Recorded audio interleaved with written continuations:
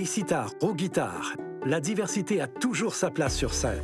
Nous sommes fiers de soutenir plus de 60 festivals de musique et de culture virtuelle qui réunissent les artistes et le public de toutes les communautés.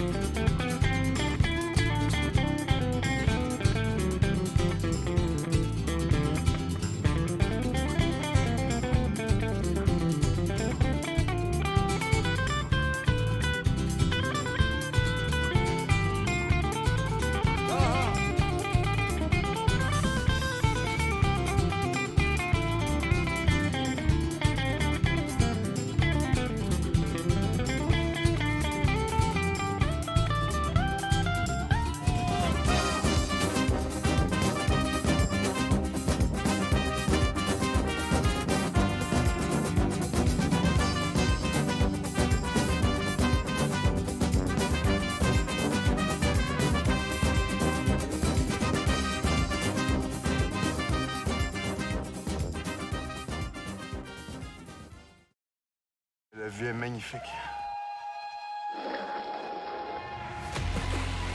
On carbure à l'aventure, à la culture, à l'ouverture. Noir, blanc, toutes couleurs, toutes saveurs. On embrasse le monde, on savoure la vie chaque seconde. Ses défis, ses beautés, un geste, un regard, une lumière, une rivière, sa musique. On carbure à tout ce qui inspire, à tout ce qui respire. Parce qu'à TV5, on voit les choses autrement. La musique a le pouvoir incroyable de rapprocher les gens. Elle les aide à apprendre et à grandir. La musique nous permet de faire entendre des voix diversifiées et d'ouvrir les portes à une société plus durable et inclusive. C'est pourquoi nous appuyons la musique, les musiciens, les cérémonies de remise de prix et les festivals d'un océan à l'autre, dans la vraie vie et aussi virtuellement.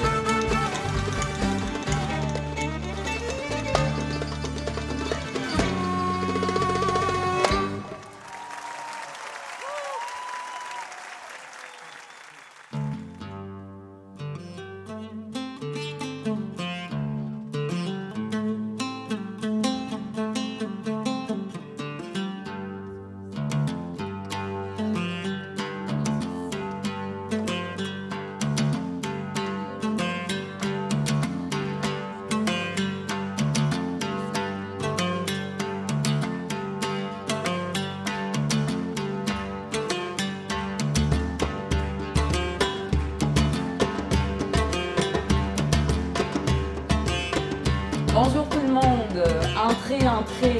Je vous souhaite la très bienvenue à cet atelier de cuisine d'une recette palestinienne pour la 11e édition du Festival Orientalis. Et je me présente, mon nom est Ruba Ghazal, je suis députée de Mercier pour Québec solidaire, je suis moi-même d'origine palestinienne et je suis dans la très belle cuisine de mon ami Denis Cossin, qui est lui aussi d'origine palestinienne. Bonjour Denis, comment vas-tu? Bonjour Ruba, très bien, très heureux de t'accueillir pour cuisiner un plat palestinien. De la région, en Syrie ou au Liban ou ailleurs. Du Moyen-Orient. Oui, mais très palestinien. C'est un plat tout à fait palestinien qu'on va vous faire aujourd'hui. C'est ça, puis moi j'ai décidé, en fait le plat, on va dire son nom, c'est le shulbato. Et j'ai décidé de le faire parce que je cuisine souvent les recettes de ma mère. Et souvent, il y a de la viande ou il y a du poulet. Et il y a beaucoup de mes amis qui sont végétariens puis qui m'ont dit « T'as pas, Ruba, une recette végétarienne, mais typiquement palestinienne? » Et donc, j'ai décidé de faire celle-là. Puis, il y a toutes sortes de variations pour cette recette-là. Ma mère fait un plat similaire, Okay. mais je suis très heureux d'apprendre comment toi tu fais ce plat, comme ta mère te l'a appris. Exact. Puis moi, tu sais, tu me demandais c'est quoi les quantités à peu près. La réalité, c'est que moi, c'est vraiment de la transmission.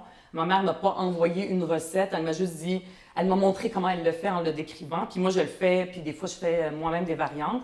Donc, je vais peut-être... Puis il faut mettre, hein? Oui, ça? Exact. Puis souvent, c'est au goût, c'est à peu près. Puis pendant la recette, j'ajoute des ingrédients. En fait, j'ai déjà tout préparé, j'avais déjà coupé. Donc, de base, oignons, 3 oignons de taille moyenne coupés petits. Des tomates, en fait, c'est des tomates comme celle-là que j'ai pelées. Kumato, oui, ça. Ou autre variété. Ça peut être n'importe quelle variété, mais pas trop. Si c'est des grosses tomates, peut-être ça aurait été 2 grosses tomates. Là, comme elles sont petites, j'en ai pris 4. Après ça, les autres ingrédients de sauce tomate, même si on a des tomates, on ajoute aussi de la sauce tomate. Vraiment, là, n'importe laquelle à l'épicerie. Moi, j'ai pris celle-là, mais ça peut être n'importe laquelle. Huile d'olive, ça, hein, dans des recettes palestiniennes, on ne peut jamais s'en passer. Du burgul, ça, c'est du blé concassé. Donc, j'ai à peu près 3/4 de tasse. Du burgul qu'on peut trouver dans les marchés du Moyen-Orient. Aussi, aubergine, ça c'est la base de la recette. Là, c'est une grosse aubergine que j'ai coupée en dés, mais pas trop gros parce que l'aubergine a tendance de toute façon à devenir très tendre, donc pas très gros. Et puis aussi, très important, les épices. Ça, c'est les épices magiques. Souvent, les gens, quand ils goûtent les recettes du Moyen-Orient, ils trouvent ça extraordinaire, mais tout est dans l'épice. Et là, moi, je vais révéler le secret des recettes palestiniennes. C'est les 7 épices. Donc, ça aussi, on peut trouver ça dans les marchés comme Adonis ou d'autres. Les 7 épices, Denis, qu'est-ce qu'il y a dedans? Le paprika, le cumin, le coriandre, muscade, cannelle, cardamome et clou de girofle. Alors, ça s'achète dans les commerces. C'est ça, sont déjà prêts. Oui. Il y a des endroits aussi, si vous ne les avez pas sous la main, ça peut être 4 épices, ça aussi, on en trouve. Vous pouvez en acheter sont déjà plusieurs, puis prêts. mélanger, Il y a des endroits aussi, Donc, si vous ne les avez voilà, pas sous la main, ça, ça peut c'est, être 4 épices, ça aussi, on les en trouve. ingrédients. Ou vous pouvez en acheter plusieurs et les mélanger, dépendamment du goût. Donc, voilà, ça, c'est les ingrédients. Puis, bon. je pourrais Donc, peut-être la commencer première chose, à évidemment, cuisiner c'est maintenant. François Chaudron. Tu vas pouvoir voir mes talents. C'est bon. Donc, la première chose, évidemment, c'est dans un Les 7 chaudron épices, Denis, qu'est-ce que ici, c'est? moyen. Je mets de l'huile d'olive. Qu'on trouve dans beaucoup de cuisines. On peut s'entraider. Tu mets de l'huile d'olive, une bonne quantité. Hein? Faut être généreux. Tant que je veux, hein, c'est ça? Oui, Juste là, on va partir laisser. À feu doux. C'est bon. Un peu moyen. Puis là, Moyen pour juste commencer. peut-être partir le four. À feu doux. Un peu moyen. Puis, Moyen pour commencer. Peut-être Ouais. si j'ai oublié de demander Ouais, ça, c'est pas- une ok. spatule de bois. Ça marche. Parfait. Ah oui, regarde. Puis, peut-être si j'ai oublié de demander une spatule Ouais. de bois. Là, on va laisser. Ah oui, il y en a ici. Parfait. Merci. C'est bon. Fait que toi, c'est quoi tes recettes palestiniennes préférées? Mon plat préféré, c'est la molokhia, la molokhia en arabe. Ça se trouve dans les commerces gelés notamment. Ça fait une genre de soupe verte. Et on arrose ça sur ce qu'on veut, du riz, du Avec du poulet. citron. du Moi, je mets beaucoup de citron, des citron dedans. oignons. Ouais, C'est excellent. c'est très savoureux, très goûteux. C'est maman qui me donne... je l'appelle et elle me dit, oui, ben voici ce que tu fais. Tu sais, elle me donne les ingrédients, elle me le décrit. Et une des choses que je regrette et que j'ai envie de faire un jour, c'est de prendre moi-même en note toutes les recettes de ma mère. Mais là, si j'ai bien compris, les oignons ne doivent pas coller. Non, exact. Fait que je laisse, faut juste laisser reposer un peu. J'ai mis un feu un peu plus doux pour qu'ils ramollissent parce qu'il ne faut pas que quand on mange cette recette-là, qu'on goûte, qu'on croque des oignons. Les oignons sont là, mais ils sont pas supposés être là. Il ne faut pas que les gens sachent qu'ils sont là. D'accord. Moi, Rouba, je pense que je vais enlever mon kéfir. Oui, oui. Parce qu'il fait chaud à proximité Ben, moi aussi. du fourneau.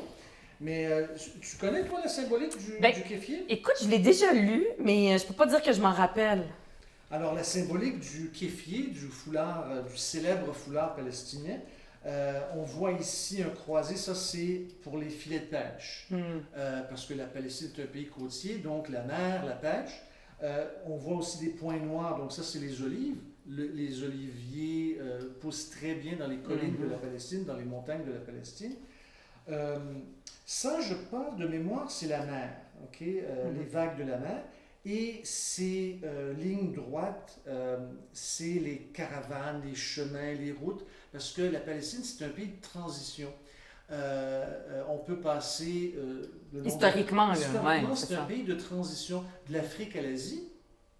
Et il y a une région où il n'y a pas de montagne, c'est plus plat, c'est la Galilée. Ça, c'est de là où vient ma famille. La célèbre ville de Nazareth, Nazareth de la Galilée, c'est une interruption dans les chaînes des montagnes, donc les caravanes, les voyageurs peuvent rentrer en Asie ou dans le sens inverse, dans la Galilée, par la Galilée, et je pense dans la Bible on appelle ça la Galilée des nations, parce que les nations traversent par ces routes, ces chemins, ces carrefours. La Palestine, c'est un pays de carrefours. Mais est-ce que c'est juste en Palestine ou il y a d'autres pays aussi qui portent ça? Je sais chaque pas. pays a un design très différent, hein? En Arabie Saoudite, par exemple, ou en Jordanie. Ça, c'est vraiment le design de la Palestine. Ouais. Et ce qui est intéressant, c'est que c'est fait en coton. Mais tu connais, toi, tu dois connaître le gaz là, pour en médecine. Oui. C'est un coton très, très fin, finement tissé. On s'en sert en médecine, mais on s'en sert pour se protéger du soleil, mais aussi pour laisser passer l'air. Alors, c'est un coton très, très léger qui protège du soleil, qui protège du vent, qui protège du sable, qui protège... Et c'est ça. OK. Donc là, maintenant, quand les oignons deviennent assez ramollis, là, on ajoute les tomates qui ont été pelées. Puis, on continue aussi à brasser. Puis, honnêtement, par exemple, pour les épices, on peut les ajouter maintenant ou attendre un peu plus tard. C'est bon quand les épices sont... Oui, parce qu'en fait, j'attends quand je vais ajouter... La prochaine étape, c'est d'ajouter la sauce tomate. Donc là aussi, ça peut être un bon moment. Pour ce qui est des quantités, c'est très, très difficile là, à dire. Donc, je vais juste prendre la petite cuillère, s'il te plaît. Ouais. Merci. C'est difficile à dire, mais par exemple, là, j'en mets pas mal, comme 1,5 à peu près. Mais ça se peut qu'après ça, j'en ajoute. Parce qu'une des choses importantes en cuisine, c'est de goûter au fur et à mesure. Donc là, ici, j'ai mis les épices, puis on laisse encore reposer. Peut-être que je vais monter un petit peu le feu. Comme je ne suis pas habituée à ton... fait que je vais... à ton... comment on appelle ça? La cuisinière. Je ne sais pas trop s'il faut que je mette fort ou pas. Fait qu'on va attendre pour ajouter la sauce tomate, puis je vais la mesurer à peu près une tasse peut-être. Puis ça se peut qu'au fur et à mesure, on en ajoute encore plus. Très bien. Je vais nettoyer le burgul, qui est ce qu'on avait dit, le blé concassé. J'ai mis 3/4 de tasse, mais on peut mettre plus, moins. C'est juste que ça gonfle beaucoup. Okay. Donc, c'est important de... Alors, en français, ça s'appelle le burgul. Oui, burgul. En arabe, on dit burgul. C'est très connu, oui. Et c'est du blé concassé. C'est très, très nourrissant. Je suis confus parce que je pense que j'ai entendu la prononciation bulgur. Oui, il y a bulgur où le L est avant le R. Mais en réalité, pour moi, l'original, c'est le R est avant. Donc, peut-être qu'en français, ça a changé avec le temps. Je pense qu'on l'écrit ici dans cette marque, je pense Burgol. Ils le disent libanaise. exactement comme, ouais, comme à l'arabe. comme à l'arabe. Ouais, À la manière arabe. exactement. En français, c'est ça, sauf erreur de ma part, c'est bulgur. Bulgur, oui. C'est du blé concassé au fond. Oui, exactement. Bon, ben la prochaine étape, là, on est rendu à ajouter la sauce tomate. Comme je le disais, vraiment de l'épicerie, n'importe quelle sorte. Au goût, il y a des gens qui font la leur, ils peuvent l'ajouter, aucun problème. Et, c'est ça, fait que là, je vais l'ajouter. C'est vraiment un repas de tous les jours. Il n'y a pas de... Si, par exemple, tu as un mariage ou un gros événement puis tu fais ça, c'est pas bien vu parce qu'il n'y a pas de viande. C'est quand même culturel. Mais c'est un plat de tous les jours qui se mange. Puis, ce qui est très, très bon dans ce plat-là, c'est bon aussi froid, de le manger froid. Il est fait pour être mangé chaud, mais il peut aussi, moi, je trouve bon au goût, même froid. Et là, je vais ajouter de l'eau aussi. Fait que j'ai mis juste de l'eau froide. Là. Tiens, je vais prendre ici. C'est pourquoi l'eau froide? En fait, c'est de l'eau pour diluer. diluer. Parce qu'on va mettre ça pour diluer. J'ai l'impression que je vais ajouter de plus grandes quantités. Fait que j'avais dit une tasse, mais je vais ajouter une plus grande quantité. C'est là qu'il faut y aller à l'œil. C'est-à-dire que ce qui est important, c'est de couvrir les aubergines. Là, elles ne sont pas vraiment couvertes, fait que ça se peut que j'ajoute un peu plus d'eau. Parce qu'à la fin, il ne faut pas que ça soit une sauce liquide. Il faut que ça reste onctueux. Et c'est ce que la sauce tomate et la tomate qu'on a mis au début fait, que juste mettre de l'eau. Ça va l'être onctueux, ne serait-ce qu'avec les aubergines là, qui ramollissent. Donc là, je vais augmenter un peu le... Je vais le mettre en médium. Donc, mon amie italienne à qui j'ai fait goûter ce repas, elle a trouvé ça excellent, vraiment, vraiment très bon, mais elle a trouvé que c'était assez nourrissant, là. Elle a pas pris 2 plats, elle a pris un gros plat puis elle a adoré, mais c'est très... c'est lourd. Peut-être que l'été, c'est pas le meilleur moment pour le manger, mais c'est très bon quand même. Puis le burgul, par exemple, il peut être aussi mangé comme salade. Moi, je suis née au Liban d'une famille réfugiée palestinienne depuis 1948, donc ça, c'est mes grands-parents. Mon père avait 1 an, ma mère n'était pas encore née. Et ils ont vécu toute leur jeunesse au Liban. Moi, je suis née au Liban, mais je n'ai pas vécu au Liban. Parce que ce n'est pas facile les conditions des Palestiniens au Liban comme réfugiés. Là, aujourd'hui, il y a aussi les Syriens, en plus, qui s'ajoutent au Liban. Là. On connaît toute l'histoire au Liban. Ça va très mal au Liban. Mais moi, j'ai vécu aux Émirats arabes unis toute mon enfance, ma jeunesse. Jusqu'à l'âge de 10 ans. Et vous mangiez du toujours chulbato et toutes les autres recettes molokhiyées qu'on garde aujourd'hui puis que ma mère continue à faire.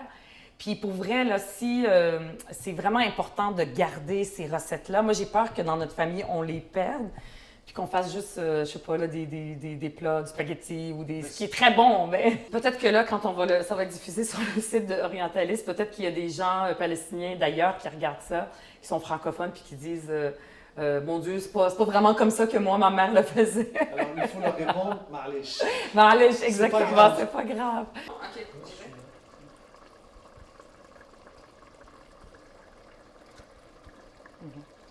J'en mets un peu plus. Merci.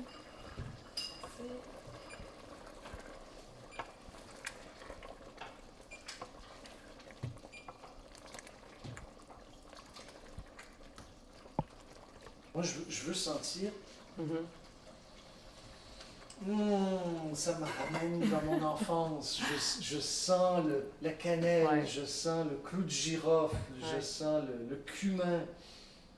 Moi, le cumin, quand je sens ça mettons, il y a un bol de cumin, un contenant de cumin, ouais. Dans une cuisine, chez quelqu'un qui cuisine, ça me rappelle tellement la cuisine de ma mère. J'ai 5 ans quand je sens ouais. ça. Mais tiens, ça, c'est les épices, là. Ouais. Sans ça, là, Ouais. quand tu as un peu de nostalgie, ça fait du bien. C'est tellement bon. Coriandre aussi, ouais. du coriandre moulu. Oh oui. Ah, moulu, oui. Mais tu sais, il y a des gens, par exemple, qui disent qu'ils n'aiment pas la cannelle, mais c'est pas très fort. Ça goûte pas juste... Même si ça sent, ce que ça goûte, c'est pas le goût de la cannelle auquel les gens sont habitués. Non, non, c'est très, très bon. Vraiment. Puis moi, il y a eu une époque dans ma vie où je me suis éloignée de la cuisine de ma famille et de ma mère pour cuisiner d'autres choses là, habituelles, comme je dis souvent du spaghetti québécois. Puis là, non, j'ai comme envie, en vieillissant, j'ai envie de retourner parce qu'on est nostalgique de notre enfance. Et j'ai envie que les jeunes générations là, dans ma famille, comme je parlais de mes neveux, nièces, qu'ils goûtent à ça. Parce qu'eux autres, ils adorent la cuisine de ma mère. Mais il faut que quelqu'un, un jour plus tard, très loin, puisse le faire pour qu'eux goûtent ce que nous, on goûtait avant. Puis, je veux dire, aujourd'hui, quand on habite à Montréal, il y a toutes sortes de cuisines, on peut manger de tout. Mais à chaque fois que je vais dans un restaurant, je mange du libanais ou du palestinien, je me dis, ah, ça goûte pas la même chose que mon enfance. Il y a toujours quelque chose de différent. De toute façon, cette recette, il y en a, par exemple, qui nous regardent puis qui font ça ou leur mère fait, ou leur père, là, parce que les pères aussi cuisinent, hein, comme toi, Denis. J'ai appris. Donc, oui, exactement, tu as appris. Donc, il y en a qui, des fois, vont dire, ah, mais il manque d'autres choses. Parce que je pense qu'on a fait une recherche là, sur la recette tantôt, puis il y a des gens qui vont mettre du pois chiche à l'intérieur, par exemple. Du pois chiche, des zucchini. Des zucchini. Morceaux de zucchini, oui. Ouais. Donc ça aussi, c'est tout à fait Des possible. poivrons. Pourquoi pas des poivrons? Absolument. On peut même ajouter un autre légume. Il y a des gens peut-être qui n'aiment pas Ils vont aimer le burgul, mais ils n'aiment pas l'aubergine. Bien, ils pourraient ajouter d'autres légumes. Mais des légumes racines du Québec. Oui, pourquoi pas. Mais l'aubergine, on dirait que ça réduit. Oui, parce que ça absorbe l'eau. C'est pour ça que je mettais quand même une bonne quantité d'eau, parce que ça absorbe et le burgul aussi va vraiment absorber. Mais dis-moi, pendant qu'on faisait la recherche, est-ce que tu as vu c'est quoi l'histoire de cette recette-là? Moi, j'ai pas trouvé, c'est même pas écrit dans le livre de Palestine. C'est présenté sur un site comme un plat typiquement palestinien. Oui, exact. Mais aussi typiquement palestinien, mais qui a sa spécificité dans chaque famille.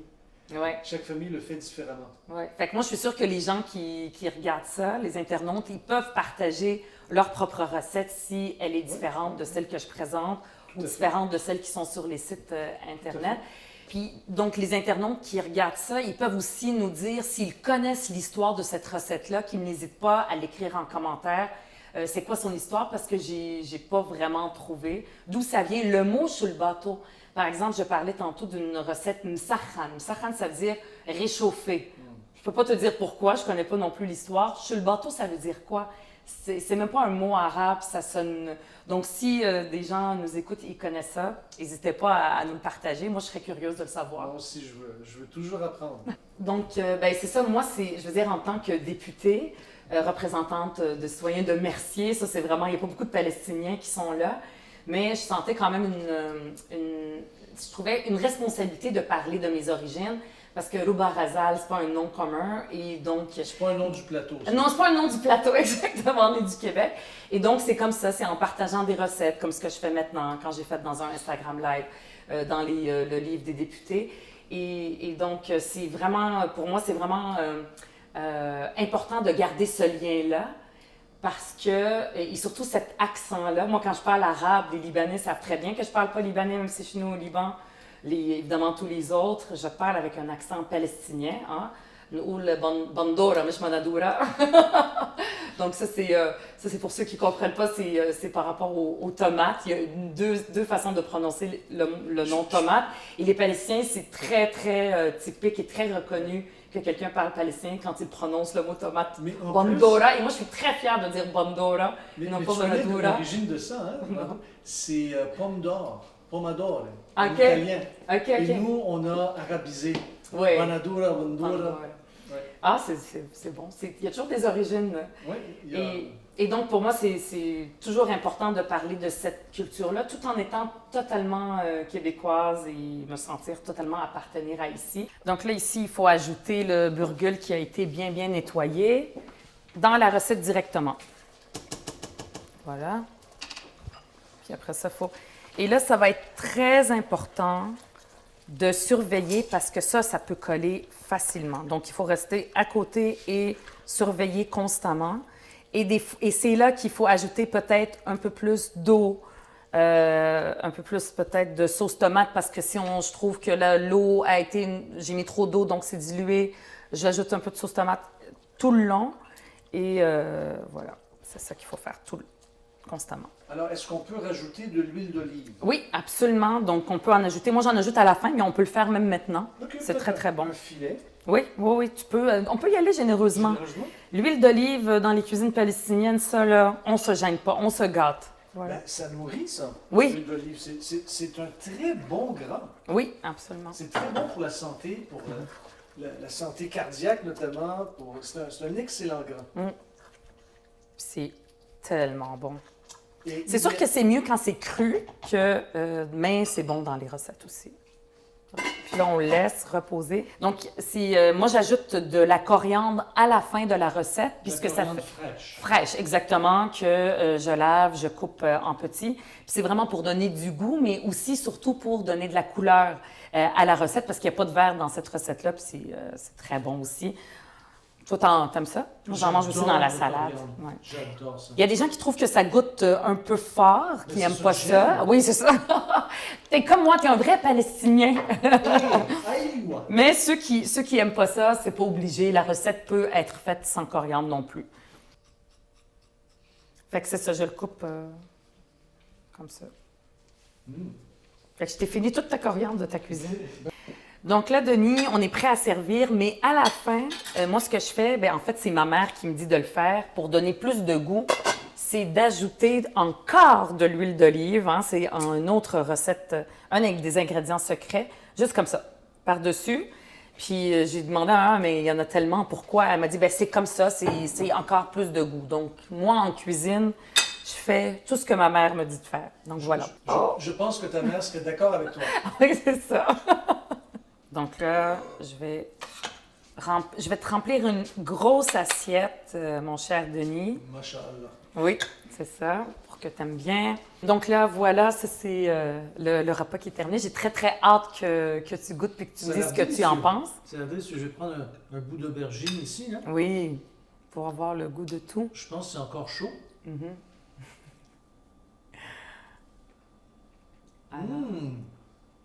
Est-ce que tu goûtes la Palestine? Oui, c'est un goût que j'ai déjà connu.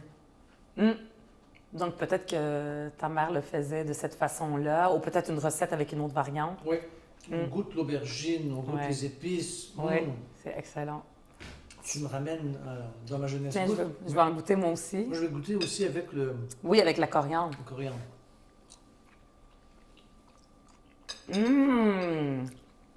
Excellent. Là, je suis en train j'ai l'air de me donner des compliments en disant que je cuisine bien puis que je fais ça très bien. C'est parce que j'ai suivi à la lettre tout ce que ma mère me dit, même si des fois, moi, je l'aurais fait différemment. Vous pouvez, les gens qui regardent ça, le faire différemment, comme vous voulez, prendre la recette de votre famille, si votre famille l'a fait, mais vraiment, je suis... C'est délicieux. Oui.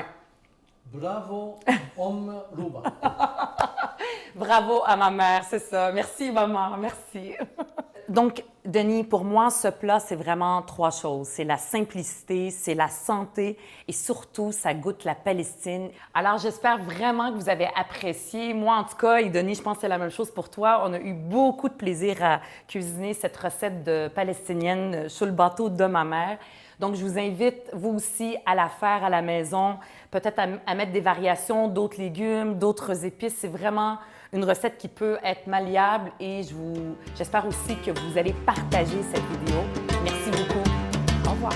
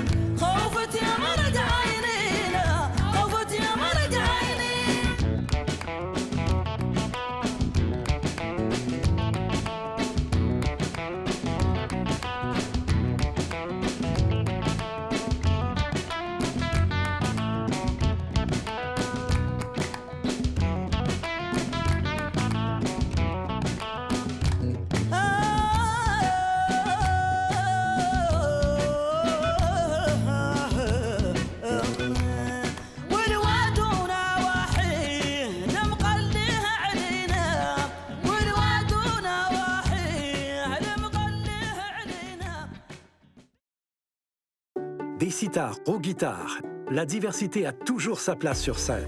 Nous sommes fiers de soutenir plus de 60 festivals de musique et de culture virtuels qui réunissent les artistes et le public de toutes les communautés.